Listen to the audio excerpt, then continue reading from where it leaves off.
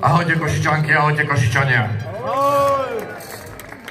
Dovoľte, aby som prečítal spoločné vyhlásenie občianskych organizácií, ktoré odznie na celom Slovensku, ale aj v zahraničí.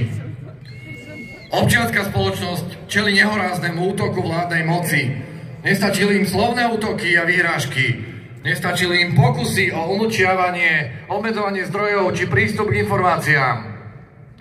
Vládna moc teraz predkladá návrh zákona inšpirovaný Ruskom.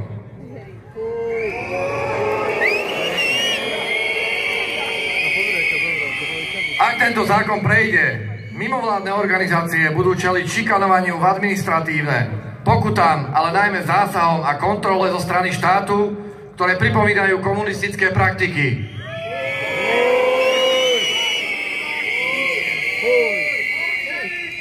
Štát nechce zbierať údaje len o štatutároch, ale aj o členoch mimovládnych neziskových organizácií. A ministerstvo vnútra by vďaka novému zákonu mohlo zrušiť nepohodlné organizácie bez rozhodnutia súdov, len aby umlčali kritické hlasy.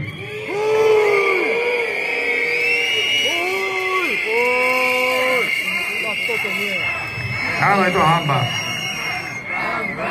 Vláda sa ani netají tým, že ide výhradne po mimovládkach. Namiesto zahraničných agentov nás chcú nalepkovať ako lobistov.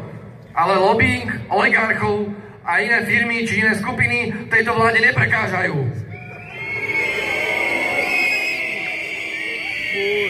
Toto nie je krok transparentnosti a spravodlivosti. Je to len čistá diskriminácia aktívnych občanov, ako ste vy. Prijatie tohto zákona bude definitívnym signálom odklonu Slovenska od Európskej únie a nasmerovanie na Rusko. Lebo toto už nie je o futkách Putina s Ficom, ktoré sa dajú zľahčovať rečami o lacnom plyne a energetickej bezpečnosti, ale o právnych aktoch, ktoré fakticky obmedzujú občianske slobody na Slovensku. Naše slobody.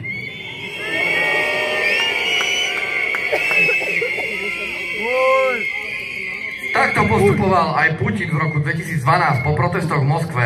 Nasledovalo prijatie zákona proti mimovládkam o zahraničných agentoch. V tom čase len s pokutami, dnes však už s trestami odňatia slobody do 5 rokov. To, čo sa začalo zákonom proti mimovládkam, sa v Rusku skončilo brutálnou diktatórou na čele s vojnovým zločincom Putinom. Toto na Slovensku nesmieme dopustiť.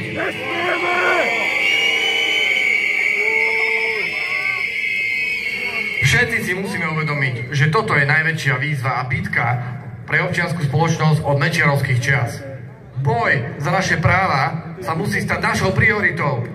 Náš odpor musí byť koncentrovaný a systematický.